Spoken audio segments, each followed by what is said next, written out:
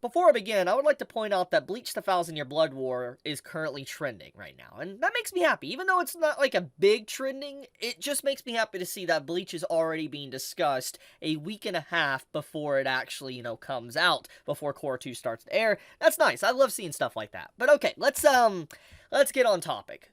For the reason why you clicked on this video, for the reason why the thumbnail is like it is, why the title is like it is, let's get right into it. I don't think that I'm really trying to hide the fact that I'm a little bit skeptical of this information we got.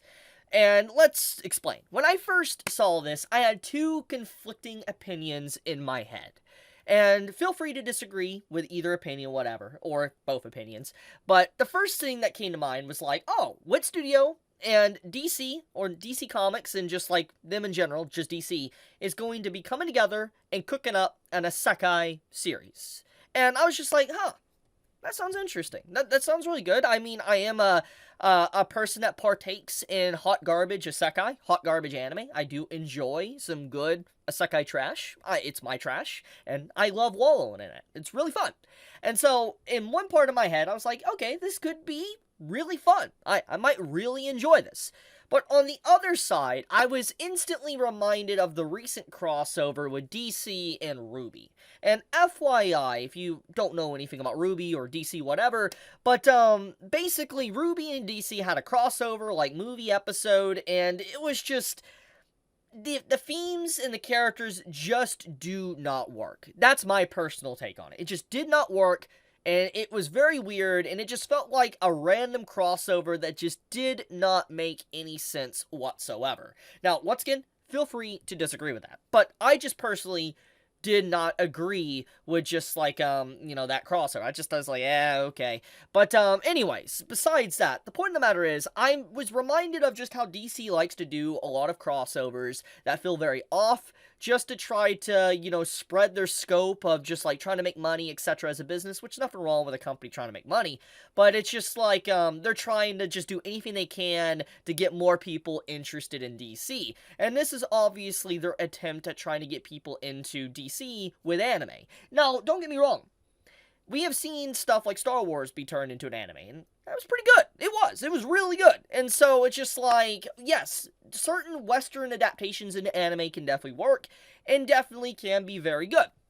The question, though, is since we know the concept is about a isekai being basically reincarnated or transported to another world, the question is, what is the theme going to be about? Is it going to be like a random person from Japan transporting into DC? Is it going to be a character from DC transporting into another world, like for instance like Batman or Superman? Or whatever.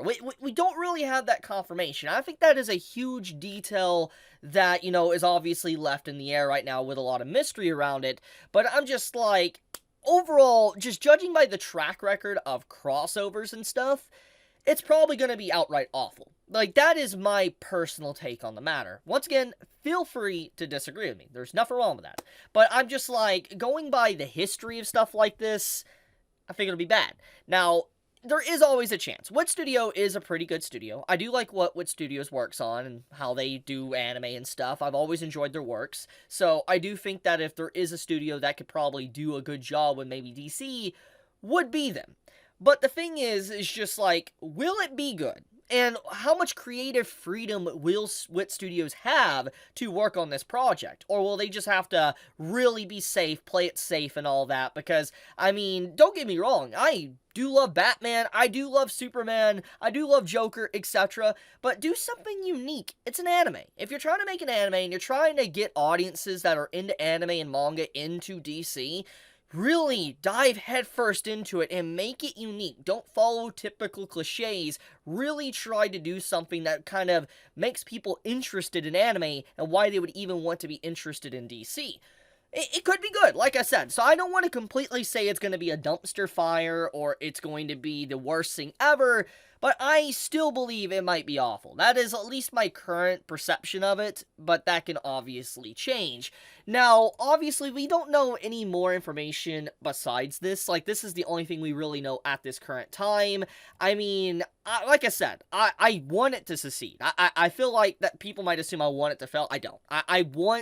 I want this to be good. I want this to actually be great and have a really good story, because there is a lot of like unique possibilities with this of opening up for many crazy different anime for just DC, like just characters being adapted in anime. I think it would be really cool. But like I said, track record is very important if we're just going along the list of what we have seen with crossovers. So, yeah, I don't know. I wanted to bring this news, to people's attention. It's a very weird crossover. I never honestly expected Wit Studios, of all studios, to work with DC.